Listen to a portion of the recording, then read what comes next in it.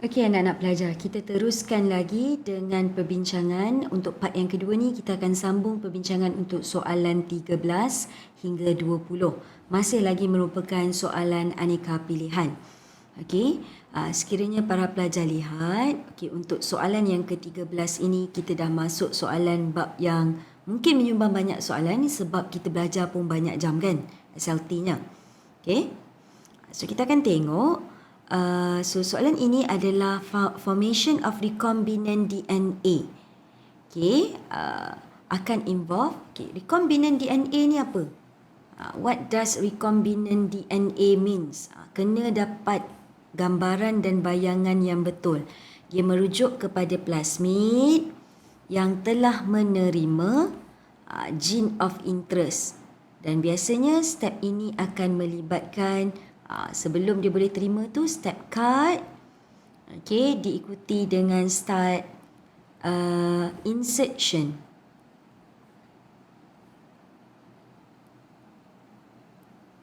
Okay, cut step 2 kan, dan step 3 iaitu insertion. Okay, so apa pilihan jawapannya dia bagi?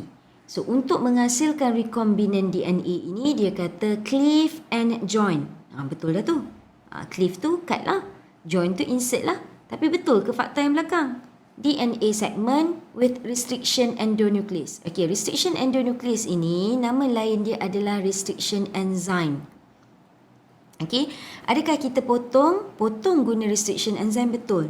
Tapi kita tak join menggunakan restriction enzyme. Ada enzim lain yang kita panggil modifying enzyme atau DNA ligase digunakan untuk seal the phosphodiester linkage yang diputuskan oleh restriction enzyme. So fakta ini salah. Okey, bukan dua-dua proses ini melibatkan restriction enzyme. Salah satu sahaja. Okey, cleaving DNA segment with restriction endonuclease and rejoin with DNA ligase. Ini maksud saya. Fakta ni seems to be correct. Tapi tengok mana tahu ada jawapan yang lebih betul. Okay, cleaving and rejoining DNA segment using DNA ligase. Ni dia kata potong pun pakai ligase, join pun pakai DNA ligase. So fakta ni salah. Okay, sebab waktu step cut dia mesti pakai restriction enzyme. Okay, ini tools yang kita guna sewaktu step cut. Kalau insertion dia akan pakai modifying enzyme dan jenis modifying enzyme adalah DNA ligase. Kalau restriction enzyme, dia cut phosphodiester linkage pada DNA sequence yang ada pada plasmid ataupun gene of interest. Okay, DNA source tu. Kalau modifying enzyme, dia form phosphodiester linkage. Okay, barulah dia membentuk recombinant DNA. Okay, so salah lah. Okay, cleaving DNA segment with DNA ligase and rejoining with restriction enzyme. Yang ni tertukar. Okay, potong mesti pakai restriction endonuclease, sambung pakai DNA ligase. So jawapan yang betul adalah bola. Okay, kita bergerak ke soalan yang ke-14. Okay, you are inserting the gene of interest into LEX-Z gene in plasmid. Okay, plasmid, kita tahu plasmid dia ada segmen pada dia yang kita panggil LEX-Z. Okay, let's say lah, madam gambarkan LEX-Z ni warna merahnya. Okay, so dalam step insertion, okay, plasmid yang telah dipotong akan terpotong pada bahagian LEX-Z ini. Sebab pada LEX-Z ini biasanya ada restriction site. Contohnya kalau ikut arwan GAATTC tu. Okay. Dan apa akan jadi?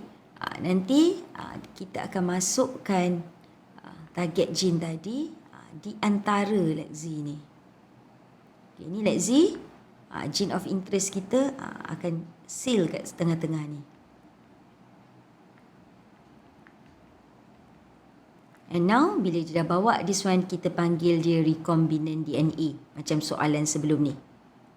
Okay, bila dia sebut pasal LEX-Z, confirm dia nak cerita atau nak tanya tentang step screening.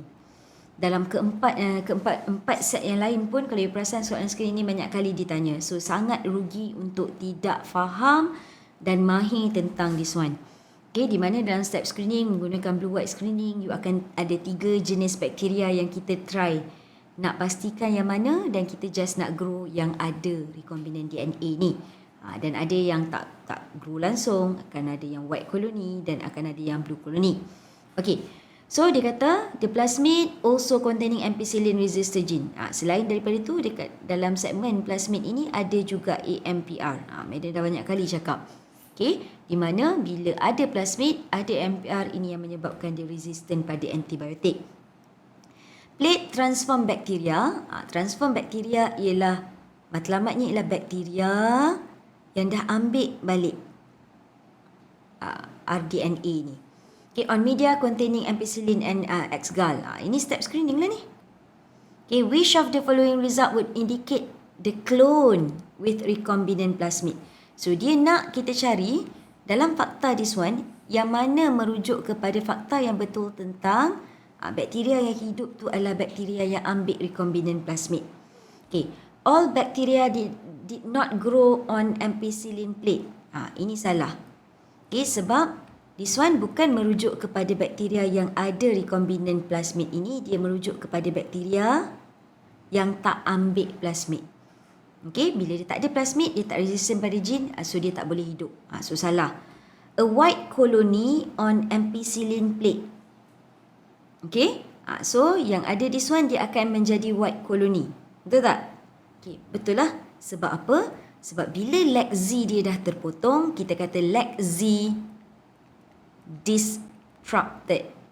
Bila leg Z dia disrupted, dia tak boleh hydrolyze X-gal dan dia appear sebagai koloni yang berwarna putih. Kenapa bukan blue colony? Blue colony ini yang boleh, okay, leg Z dia intact dan boleh hydrolyze X-gal. Itu sebab bila dihydrolyze dia jadi warna biru. Red colony tak wujud. Okay, so jawapan yang betul nak menggambarkan yang mana recombinant plasmid, it is a white colony. So kalau kita nak further cloning pun, kita akan ambil white colony sebab dia ni adalah yang ada gene of interest tadi. Okay.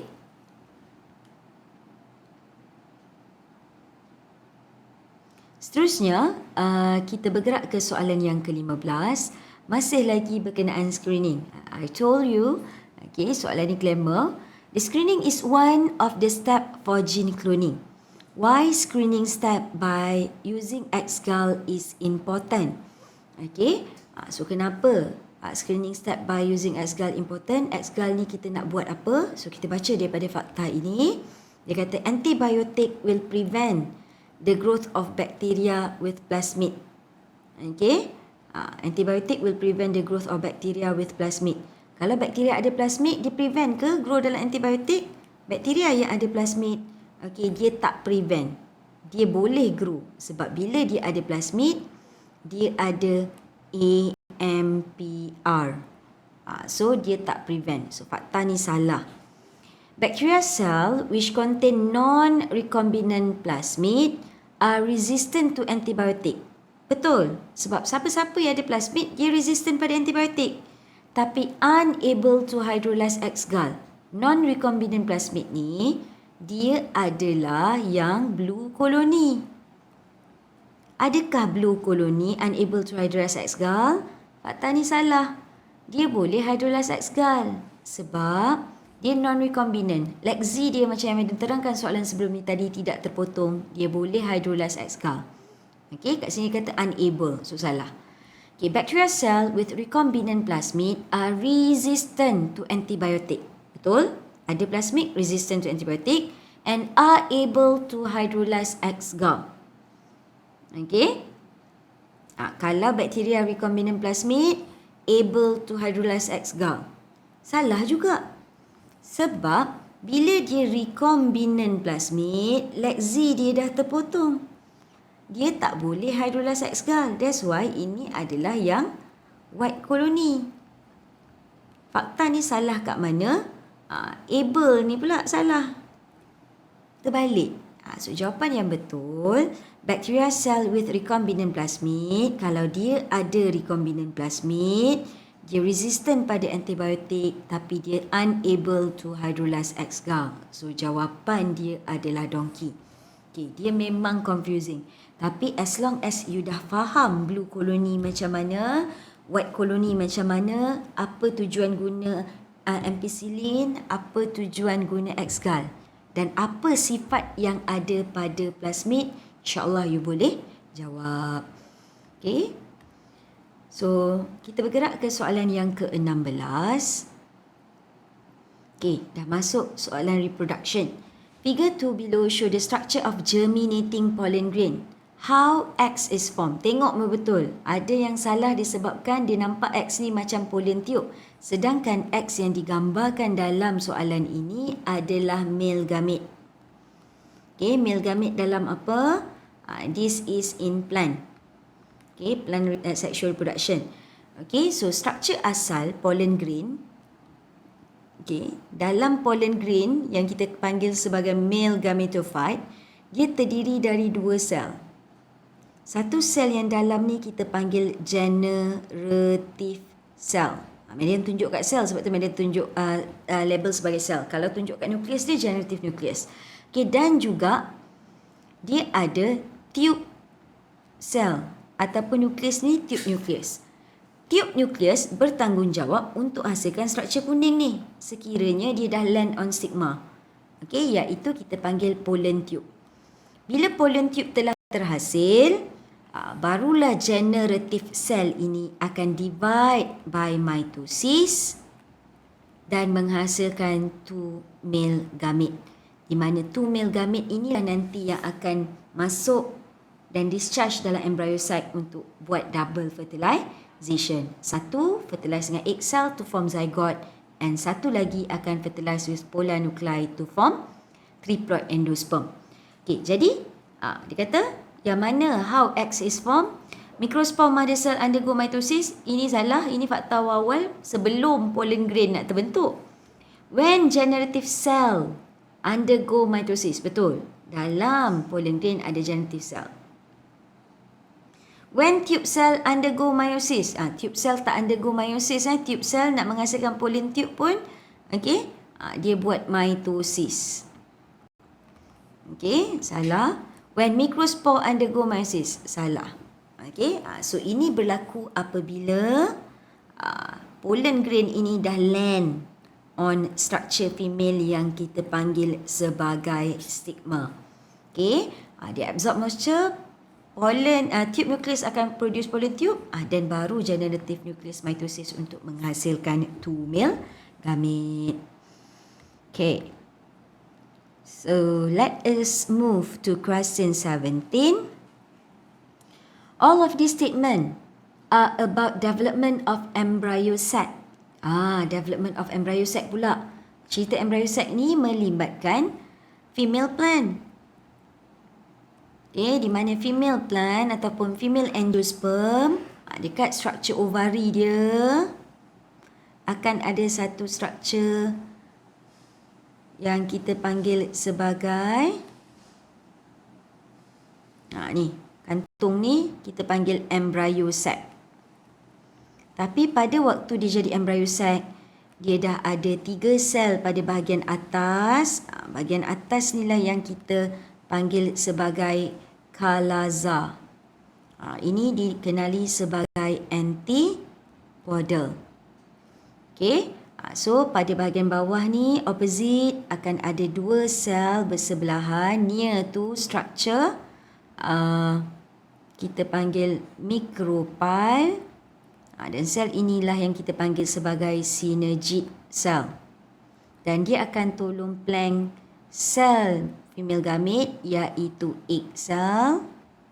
Dan di tengah-tengah ini, okay, yang tak ada dia berkongsi cytoplasm dengan embryo sac adalah polar nuclei. Okay, so dia kata mana statement ni yang semua betul kecuali yang mana?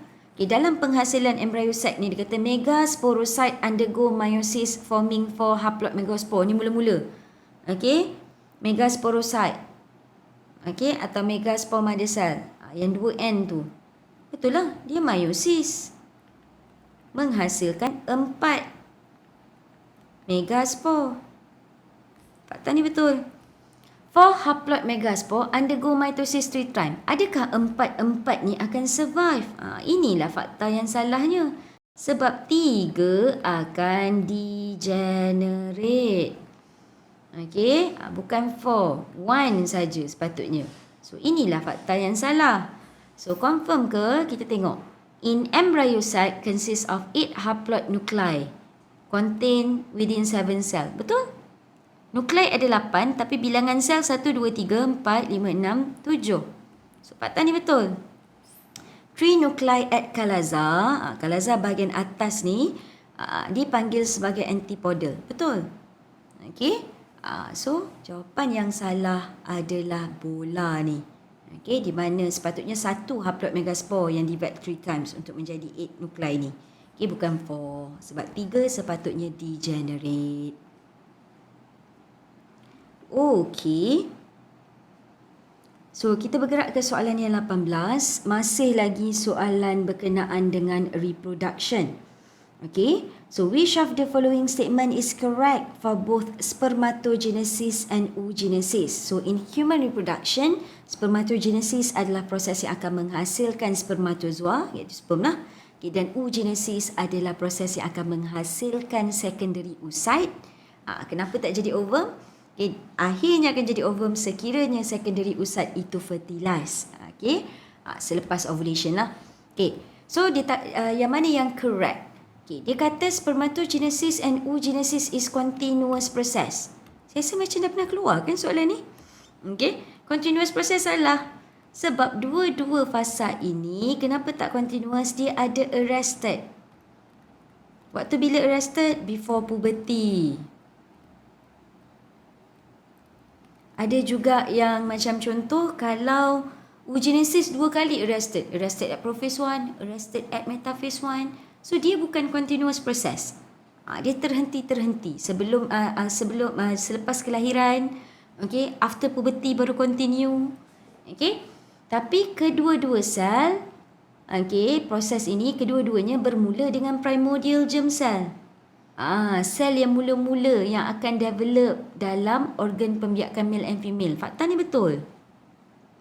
Okay, sebelum dia jadi spermatocyte, primary spermatocyte, sebelum dia jadi primary oocyte, dia adalah primordial germ cell.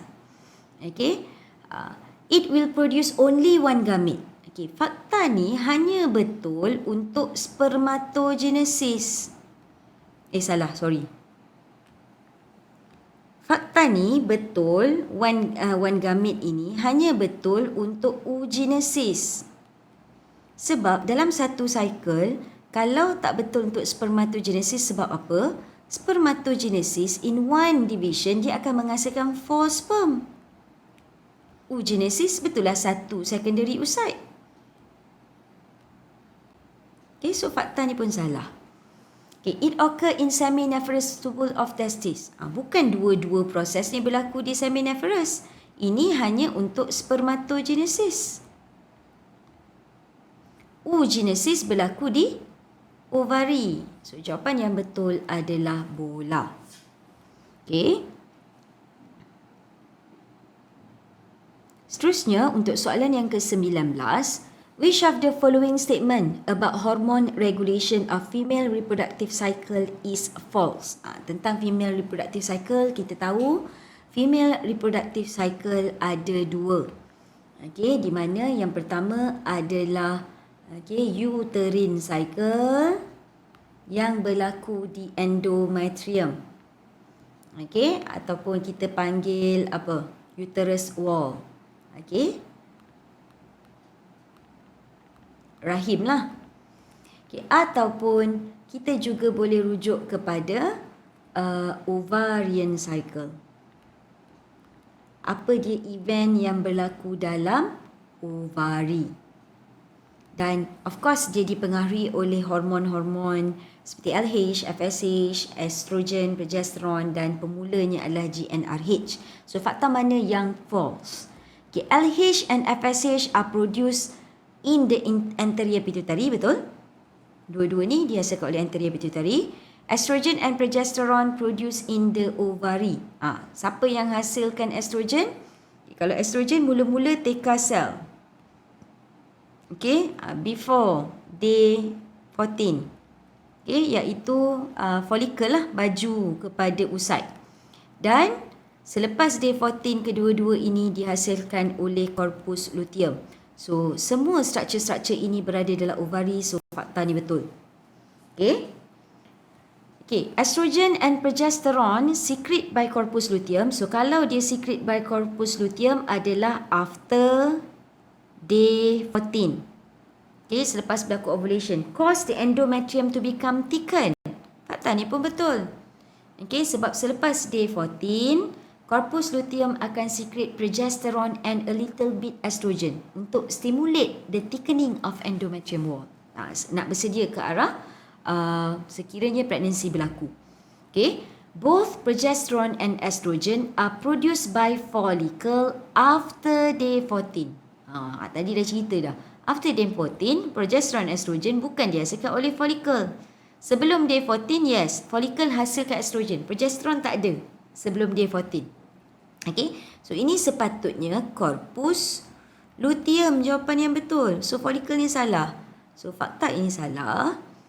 Okay, secretion of LH and FSH by anterior pituitary inhibited by low level of estrogen. Betul, dalam keadaan low level, okay, di-inhibited but stimulated by high level of estrogen. Betul. Okay, ini macam contoh pada hari yang ketujuh tu. Estrogen dah semakin meningkat. Selepas hari ketujuh, estrogen meningkat. Ini yang menyebabkan LH pun akan spike dengan lebih tinggi. Okay, so jawapan dia adalah cacing. Okay, dan yang terakhir untuk part yang kedua ini adalah soalan yang ke-20.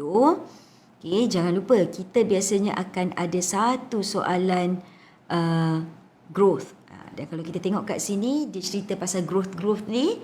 Sigmoid growth curve ini merujuk kepada growth curve yang berbentuk S. Okay, dan dalam bab growth ini, walaupun satu ke berapa ke soalan dia memang tak banyak, alert dengan axis, alert dengan measurement. Okay, dan dia terbahagi kepada 4 fasa tu. Okay, fasa yang slow, rapid. Graf madam ni tak comel. Sekejap, kita lukis yang proper sikit. Untuk ulang kaji bab growth untuk sigmoid. Okay, macam biasa, paksi X dia adalah time. Paksi Y ni adalah rate of growth lah. Ikutlah. Ikut dia punya growth, bukan rate of growth, growth parameter. Okay, so awal-awal dia slow. Dan dia akan meningkat secara rapid, slow balik dan become flat. So if we are about to categorize, mungkin ni macam fasa yang slow, fasa yang rapid, decelerating balik dan flat tu. Okay.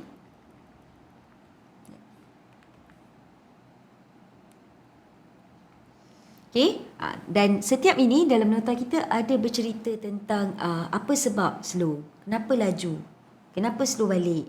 Okay, so you kena alert lah. Macam kes ni dia menceritakan cerita tentang paramesim di mana bilangan individu itu adalah growth dia lah, increasing in number of individual. Growth occur rapidly due to large supply of nutrient and space. The sigmoid growth curve, this event refer to, so kalau tengah supply increase rapidly, ini merujuk kepada log phase. Okay, sebagai ulang kaji, fasa yang slow ini dia bermula dengan lag phase. Fasa yang laju-laju ni log. Fasa slow semula ini decelerating. Dan fasa yang static ini kita panggil stationary. Ataupun in some book they call it as plateau. Okay, so diharapkan perbincangan sehingga soalan ke-20 ini dapatlah membantu pelajar untuk orang kata mengetahui sebab di sebalik setiap pilihan jawapan. So stay tune untuk part yang ketiga. Saya akan bincangkan soalan aneka gabungan, okay, multiple combination untuk soalan 21 hingga soalan 30. Okay, sekian dulu.